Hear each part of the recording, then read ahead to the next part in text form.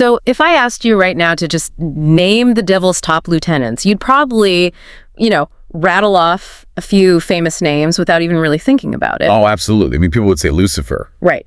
Lucifer, Beelzebub, Leviathan. Exactly. It feels like this common knowledge at this point. It really does. Like there is this universally accepted, master blueprint for the underworld, complete with a corporate organizational chart. Yeah, well, a whole hierarchy just mapped out. But what if I told you that if you actually look at the original primary foundational tests for these beliefs, that blueprint is completely blank?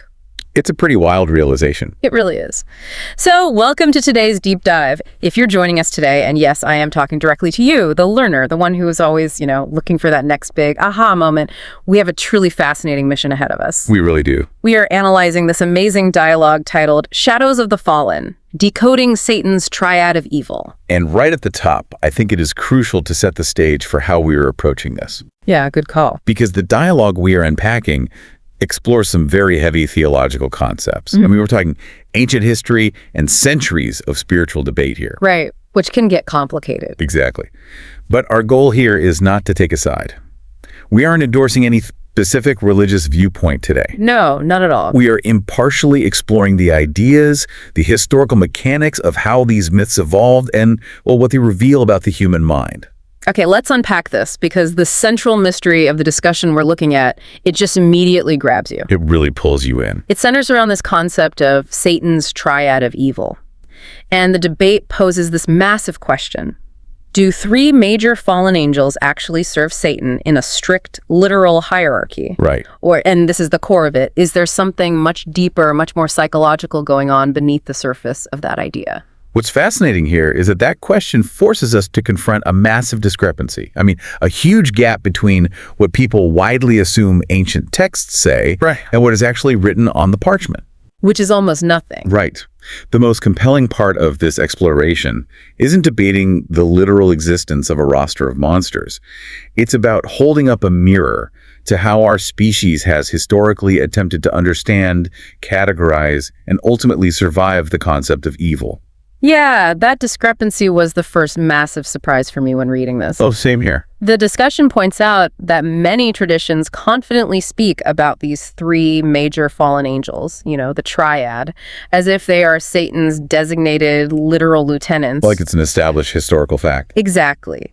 But if you go back to the original biblical texts, the actual primary source code for this specific theology, it only broadly mentions fallen angels and demonic forces. Just these vague, undefined threats. Right. It never explicitly lists three main angels of Satan. No, the foundational text does not contain that strict hierarchy at all. The concept of an organized, three-tiered demonic leadership structure is just entirely absent from the original source. Wait, hold on. So you're saying these three specific angels aren't in the original text? Not as a structured triad, no. But they are so culturally embedded. I mean, surely centuries of theologians and scholars wouldn't just, accept a completely fabricated organizational chart without some sort of justification. You would think so, right? Yeah.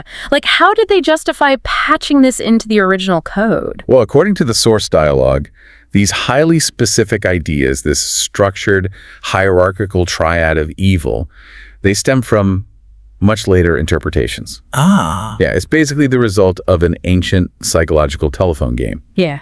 Generations of later scholars and storytellers just kept adding their own patches of expansions to the theology. Oh, wow. It reminds me of looking at a massive ancient cathedral. Oh, that's a good comparison. Right. Because you look up at the arches and the gargoyles and you just assume one architect drew it all out on day one. Like there was a master plan. Exactly. But then you look at the actual history and realize the original plan was just a basic sketch.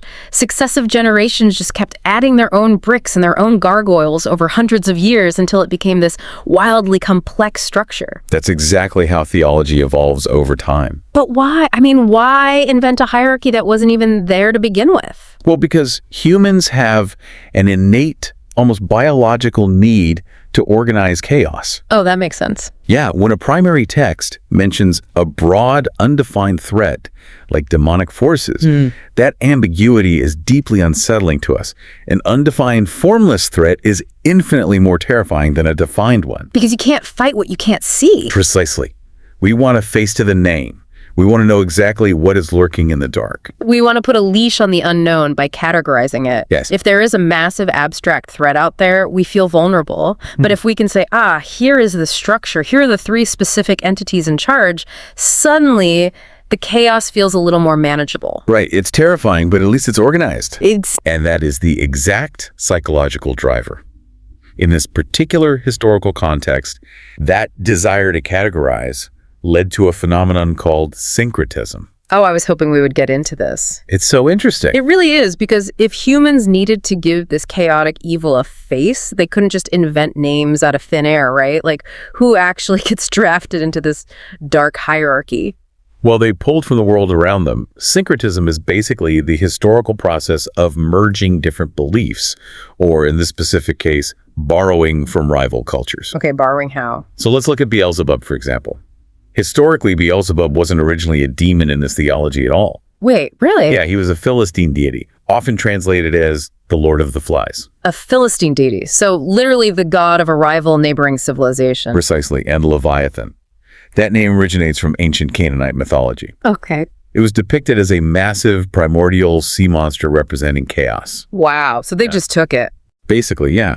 When later theologians were trying to flesh out the hierarchy of evil, they essentially demoted the gods and monsters of their cultural rivals. That is wild. Right. They stripped them of their original context and reassigned them as middle management demons in their own theological structure. That is wildly fascinating. It's like an ancient mythological hostile takeover. It really is. Like, hey, you're not a sovereign god of the sea anymore. You're now our VP of evil operations. Exactly. Just a total demotion. It is playfully, almost absurdly human to realize that medieval scholars were essentially acting like an underworld HR department, drafting job descriptions for rival deities. I love that. But it highlights the lengths human beings will go to in order to make sense of the world. They gathered these specific names, Lucifer, Beelzebub, and Leviathan, and built a consensus around their roles. Let's break down those roles, because here's where it gets really interesting. As I was reviewing the breakdown of these three entities in the source, I couldn't help but picture an analogy. Okay, let's hear it. It is almost exactly like a dark corporate structure. Humanity looked at the multifaceted nature of bad things happening in the world and drafted a corporate org chart to explain it. Okay, let's test that analogy. How do these historical definitions fit into a corporate model? Okay, so first you have your CEO of evil. Right. The overarching visionary of the rebellion. The one who sets the entire dark agenda from the top down. That is Lucifer. That aligns perfectly with the later interpretations. Lucifer is almost always the focal point of the initial fall, the overarching leader setting the tone. Right. But a CEO doesn't manage the day-to-day grind. For that, you need a powerful executive vice president of operations. The guy on the ground. Exactly. The entity managing the actual day-to-day corruption, executing the strategy in the trenches. And that is Beelzebub, the uniquely powerful lieutenant getting his hands dirty. It makes complete sense. I mean, Beelzebub is historically positioned in these texts as the primary driver of worldly temptation and decay. Okay, but then every corporate structure has to account for the unpredictable. You can have a CEO and a VP of operations, but sometimes a completely wild, unforeseen disaster just shatters the entire industry. Like a market crash. Exactly. You need to account for the rogue market crash, the hostile takeover, the ultimate uncontrollable disruptor that just wrecks the whole system without warning. And that is Leviathan. Yes, the massive, overwhelming force of nature. That is a remarkably accurate way to frame how these historical writers were actually thinking. Giving specific job titles to abstract fears is a brilliant survival mechanism. It makes it feel less random. Exactly. Yeah. If a community is suffering from a slow, grinding decay of morals, they can point to the executive of operations, Beelzebub. Right.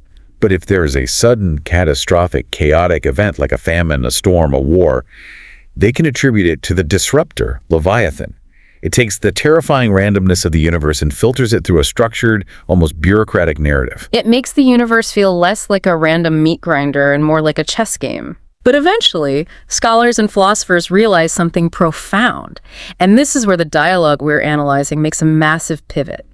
For you listening right now, this is the real core of our deep dive today. It really is the turning point. What if this entire corporate org chart of the underworld isn't a list of external monsters at all? Right.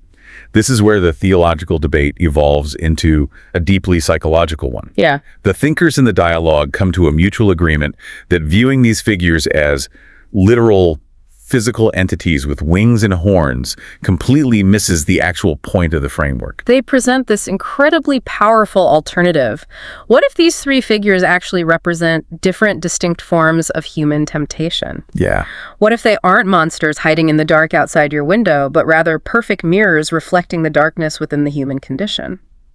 Let's look at the mapping they provide, because it is brilliant. It is. According to this symbolic interpretation, each figure in the triad correlates to a fundamental human flaw. Okay, walk us through it. So, Lucifer symbolizes pride, Beelzebub symbolizes corruption, and Leviathan symbolizes destruction and chaos. Okay, wait, let me push back on this for a second. Sure. If we strip away the supernatural element and just say, oh, it's just pride, corruption, and chaos, doesn't that make the whole concept of the triad vastly more relatable, but maybe less scary? How so? Like, doesn't it diminish the threat if it's just a metaphor? I would actually argue it makes it vastly more terrifying. Really? Think about it. A literal demon is a monster you can theoretically hide from. You can lock your doors. But if Lucifer is just a metaphor for your own innate pride, you cannot hide from your own mind. Oh, wow. Yeah, you can't outrun yourself. Exactly. If we connect this to the bigger picture, this is exactly how modern theologians and philosophers use these ancient texts. They use them to map out our distinct internal struggles rather than externalizing them into fairy tales. It organizes our internal battles. Yes. Let's examine that sequence closer, starting with pride, symbolized by Lucifer. Right. Pride, the CEO, the starting point of almost every major failure. It is the arrogant elevation of the self above all else. Yep. You think you are smarter than the system. You think the rules don't apply to you. You think you are completely infallible. Pride is the primer. It creates the blind spot. And once pride has created that blind spot, it opens the door for the second phase, which is corruption, symbolized by Beelzebub. Right. Notice how corruption is rarely a sudden explosion. It is a slow, day-to-day decay. Exactly. It's the VP of operations quietly changing the spreadsheets. Perfect analogy. It's taking the shortcut. It's telling the small, convenient lie. It's compromising your values just 2% at a time. It feels manageable, even justified, because your pride is telling you that you have it all under control. But you don't. And what is the inevitable, unavoidable mathematical result of unchecked pride and spreading corruption? It all falls apart. Yes. It is destruction and chaos. Which brings us to Leviathan. When a system is built on arrogance and entirely hollowed out by corruption, it cannot sustain its own weight. It inevitably collapses into absolute chaos. It's a chain reaction. It's not just three random bad things. It's a perfectly sequenced timeline of human failure. Exactly. Pride leads the way, corruption does the quiet foundational rot in the background, and chaos is the explosive result when the building finally falls. When the discussion laid it out like that, I realized this isn't just an anthology of ancient myths. Not at all. It is a deeply accurate, highly tuned, psychological diagnostic tool. Which completely reframes the entire purpose of studying these ancient debates. Yeah. The literal existence of the hierarchy becomes entirely secondary to what the framework teaches us about our own behavioral vulnerabilities. It's a mirror. Exactly. The real value is in understanding the anatomy of temptation. So what does this all mean? Where does this leave us today? Because we've gone from biblical texts to stolen Philistine gods to corporate org charts. But the dialogue lands on a conclusion that is incredibly grounded. It really does. It lands on a profound shift in perspective. It suggests that focusing energy on the fear of literal external demonic forces breeds paranoia and a victim mentality. Right. Instead, the focus must shift entirely toward spiritual awareness, personal responsibility, and moral strength. And for you listening, think about how practical this is. If someone adopts this framework, they aren't looking over their shoulder for a literal demon in the shadows anymore. They are looking in the mirror. Yeah, the threat is internal. It turns ancient theology into a modern blueprint for everyday life. It asks the individual, is your pride driving this argument? Is a small, quiet corruption quietly eroding your integrity at work? Are your actions about to invite chaos into your family? That is the crucial difference between an external locus of control and an internal one. If you believe your moral failures are the result of an invisible monster pulling your strings, you have an excuse. You are a victim. The devil made me do it. Right, it's the ultimate passing of the buck. It removes all accountability. What if you accept The symbolic interpretation that these historical entities were just humanity's way of labeling their own capacity for pride, corruption, and chaos. You reclaim your agency. We take the power back. Exactly. You realize that the locus of control is entirely internal. You are the one who must cultivate awareness. You're the one who must build the moral fortitude to resist taking the shortcut. Wow. It removes the paralyzing fear of the supernatural and replaces it with the heavy, undeniable responsibility of self-governance. It's a much harder pill to swallow, but it is infinitely more empowering. You have to check your own ego. You have to monitor your own honesty when no one is looking. You have to regulate your own emotions so you don't become the disruptor in your own life. The monsters were just metaphors for the heavy lifting we have to do on ourselves every single day. And this is exactly why tracing the evolution of these ideas remains so endlessly vital.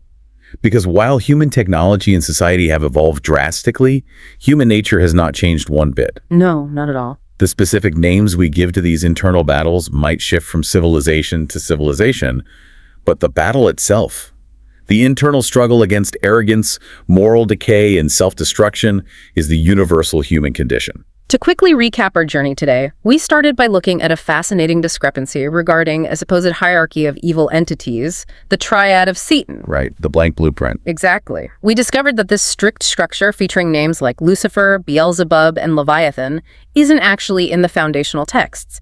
Instead, it was built up through centuries of interpretation and historical syncretism, borrowing from rival cultures to give a face to the unknown. HR drafting the rival gods. Right. We unpacked how this triad acted like a dark corporate org chart for ancient abstract fears. But the ultimate paradigm shift occurred when scholars realized that these figures serve best not as literal monsters to fear, but as profound symbols for our own very human sequence of failure: pride, corruption, and chaos. We moved from fearing the dark outside to illuminating the dark inside. This raises an important question, and it is something deeply provocative for you to consider long after you take off your headphones today. I love this part. If naming these dark forces was just historical humanity's way of categorizing their own internal flaws, how much of our society's current fear of external monsters, whether we call them political enemies, societal trends, or cultural bogeymen, is really just a projection of our own internal capacity for pride, corruption, and chaos? Wow. And when you look at the modern world around you right now, which of those three specific forces do you think represents our greatest collective struggle? Are we suffering mostly from the arrogant blindness of pride, the slow, quiet rot of corruption, or the unpredictable, explosive fallout of chaos? Or, just like the ancient triad suggests, are they all working together in a sequence, waiting for us to either give in or to build the moral strengths to finally stand our ground? That's a lot to think about. It's a heavy thought, but it's one absolutely worth sitting with. Thank you so much for joining us on this journey today. Keep questioning the blueprints you are handed, stay intensely curious, and keep seeking out those aha moments. We will catch you next time.